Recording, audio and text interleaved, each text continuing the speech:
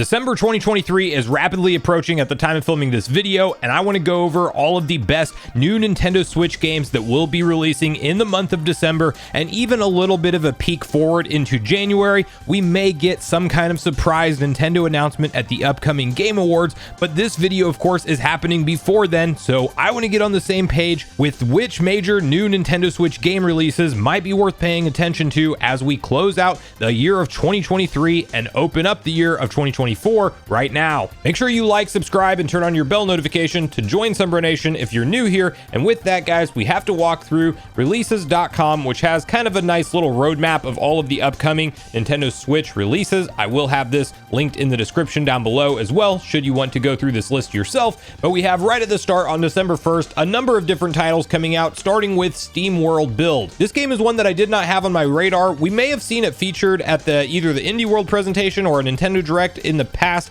I can't entirely remember for certain where I've seen this game, but I know I've seen it somewhere. And anyway, it is going over very well with reviewers online so far, so maybe something to pay attention to. The description for the game, to give you a little bit of context of what it is here, reads as follows. In Steam World Build, you must escape a dying planet by building a mining town to dig up vital long-lost technology. Meet the ever-growing needs of your citizens, trade resources, and defend your mine from the creatures that lurk below. So it's described as like a sci-fi simulation, strategy, builder type of game. I'm more or less sold on it for the type of game that it is. I don't think I will be picking it up myself, but I can definitely see this being one that fans of this style of game will enjoy. And as mentioned, it is reviewing very well, so that may be one to add onto your calendar out on December 1st. We then also have that same day a couple more games launching, first with Dragon Quest Monsters: The Dark Prince. And this game, when looking at the trailer, really reminds me a lot of a Pokemon type setup. Now, I'm not the biggest person into any Dragon Quest games whatsoever. I know Monsters seems to be a spin-off within the Dragon Quest franchise, and again, not the most well versed on Dragon Quest games, but from everything I can see in the gameplay, it's very reminiscent of Pokemon. There's a lot of different creatures and things that you will come across that you can of course attack, I believe add into your team as well. So if you're a fan of action turn-based RPGs, this may be one for you. That same day, this was actually a game we talked about in October, but it did get held back for the Nintendo Switch release, which is none other than Batman: The Arkham Trilogy. Now, these games exist for years and years between the PS3, PS4, Xbox 360, and Xbox One generation. It's a collection of 3 different Batman Arkham games, which consists of Batman Arkham Asylum, Batman Arkham City, and Batman Arkham Knight. I will be curious to see how the Nintendo Switch runs all of these titles, because Batman Arkham Knight, being the most recent release, was actually something that was released specifically for the PS4. So hopefully at launch there are no hiccups with this game. I do think there's rather large downloads required, so be aware of that even if you're purchasing it on a cartridge.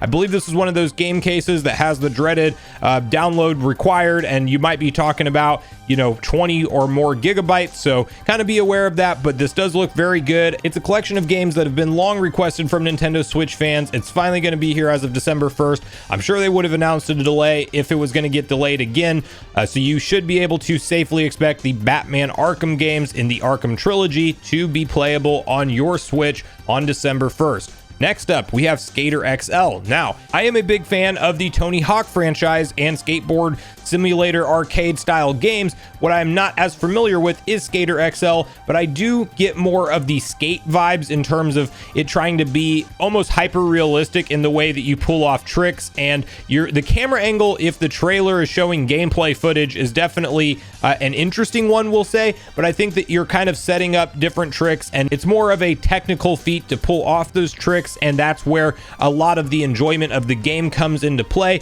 You're not just going to be clicking random buttons and automatically landing your perfect kick flips and 360 flips and things like that. You're actually going to have to rotate the analogs, do a specific motion for an ollie and grinds, and you name it, all the numerous skateboarding tricks. You're going to kind of have to put more nuance into how you use the analog controls. At least that is the impressions I am getting from the trailer of this game. But as somebody who has thoroughly enjoyed plenty of skateboarding games over the years, this does look pretty promising, and it is out on December 5th. Now, we're not going to walk through each game individually in detail, but there are a few highlights you may want to pay attention to. Still early in December, I know Disney Dreamlight Valley will be getting a massive DLC expansion called A Rift in Time, and I don't know just how big the DLC roadmap is for Dreamlight Valley, but it seems like a pretty popular game by all accounts, and I do think it's one that's hitting very well with the Animal Crossing fan community. So So if you were somebody, one of the 46 million plus that purchased Animal Crossing and really got into that style of gameplay and that gameplay loop, I think Dreamlight Valley is right up your alley, and you might want to check into either purchasing this game for the first time, or if you're somebody who's actually gone through Dreamlight Valley and a lot of the content it has to offer already, well, now you have additional content, characters, parts of the world, and things that will be featured in this DLC that will launch on December 5th. Now you also next up have Outer Wilds, which we did see as the big reveal, or show closer rather, at the last Nintendo Indie Showcase. This is a game that I believe was supposed to launch in summertime 2021, or I know we saw it like a couple years ago at a Nintendo Direct. It then just went MIA for quite some time, well, until the most recent Indie World. So this is definitely an indie take on like maybe like a Starfield or No Man's Sky type of game, space simulator, but you get a lot of freedom in how you want to play the game and how you want to go through the big adventure. So looks promising enough. Do like the visual style and everything we've seen of this game so far. So that is out December 7th for fans of Outer Wilds. Continuing on down our list here, we have a couple other releases that we'll quickly mention. December 12th, Hammerwatch 2. This looks like a fun old school top down, maybe online co-op. I know it advertises in the trailer, but I don't know how much the game is based around that, but action adventure survival game. It does look like a lot of fun, and I do enjoy this graphical style and presentation. It claims to have intense combat, boss battles. You can choose your own hero, customize a ton of different things. I believe this was more originally designed as a point and click like PC style game, but it is indeed getting a console release, and it does seem like a perfect fit for the Nintendo Switch, especially with that factor of having the flexibility to play it in handheld mode or docked on a TV. So Hammerwatch 2 will be out on December 12th. On December 14th, a Metroidvania style game. I'm gonna butcher the name. It might be Komarju Remilia 2 Strangers Recream. I don't know exactly how to pronounce that, but you get the idea. The reason this game sticks out to me is just the 2D action adventure combat style that is reminiscent of those Castlevania or even Ninja Gaiden style games, with the dash of some Metroid thrown in there. I love all those type of games, so did want to bring this one up briefly. We do get a lot of these style of games, to be fair. Over the course of time, we've gotten more and more, and not all of them are great, but this one looks promising enough to mention. That is out December 14th. The same day, we have the big expansion to Pokemon Scarlet and Violet launching, which is the Area Zero DLC. This one being known as the Indigo Disc, which is the part 2 to the Area Zero DLC. This will put a bow on the Pokemon Scarlet and Violet DLC as far as we know, unless if Nintendo chooses to announce more expansions in the future, and I don't think they will. They'll probably move on to new games instead. So if you're enjoying Scarlet and Violet and you want the additional content, new areas to explore with new Pokemon to catch and all of that kind of stuff, mark your calendars for December 14th. I thought we would potentially have to wait a lot longer to see this part 2 DLC, as Nintendo had it marked winter 2023, but we didn't know if that would maybe really mean that they were going to launch it more in that January, February time window. Anyway, it's out in December. It's going to be a lot of content. While Scarlet and Violet do still have their big performance issues that have never really been fixed or even addressed by Nintendo, I do think that it's something that they are still really fun, enjoyable games at their core, and it is cool to have the freedom of an open world format game in Pokemon, which I think goes perfectly hand in hand together, and you can start up your Indigo Disc adventure as of December 14th. Now from there, we have an interesting portion of releases.com, which is 2023 games as far as the communicated, I guess, release date for them, but they don't actually have a concrete launch date yet from what I can see. So we're kind of going to just scroll through this list slowly. You guys can see if there's anything that kind of catches your eye on here. I would assume that many of them, because we're already so close to December at the time of filming and they don't have an exact release date, they maybe will be shadow drop announcements, or likely a lot of these might get pushed back into 2024 at some point in time, which is part of the reason why I'm not going to spend a whole lot of time on these. Not to mention, many of them are smaller indie titles.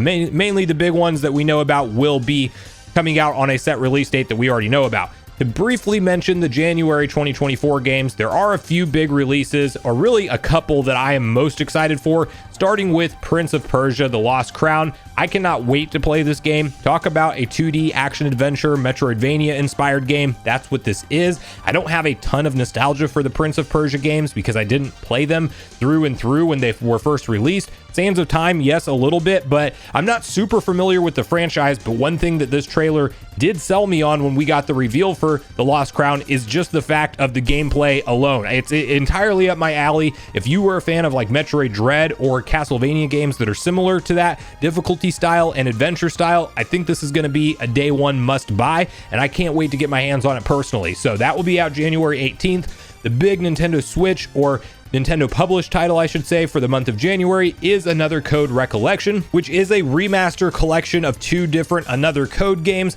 I am not really into these style of games myself. They seem very story driven, but there are puzzles to solve along the way and things as well. Not a ton of action though with the gameplay, and I tend to enjoy more intense, engaging combat in games, and it doesn't seem like that. But if you're into a very story driven experience with some puzzle solving along the way, this is the big January Nintendo published game. And then we'll lastly mention that Apollo Justice Ace Attorney Trilogy is coming out on the Nintendo Switch on January 25th. And, you know, again, another re-release of classic games. But if you're a fan of the Phoenix Wright Ace Attorney games and all of that style stuff, you kind of know what you're getting into.